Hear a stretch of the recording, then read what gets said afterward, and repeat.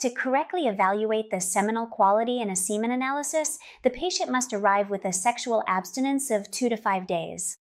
If there are fewer days of abstinence and the semen volume is lower than normal, it's possible that the hypospermia is due to a recent ejaculation and not to any major problems.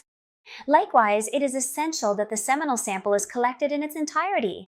If any part of the ejaculate has been lost, it's essential to inform the lab since the collected volume doesn't represent the total volume of the ejaculate. On the other hand, it's true that if a man has a low ejaculate, the total sperm count in the ejaculate may be lower than that of another man without hypospermia.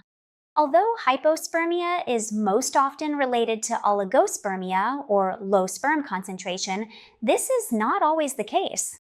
It can happen that the sperm count per milliliter is good and that they show adequate morphology and motility.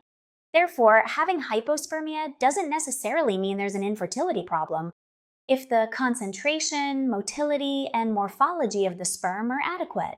However, if when seeking pregnancy, hypospermia delays or prevents this goal, a lifestyle change could be tried or assisted reproduction techniques used.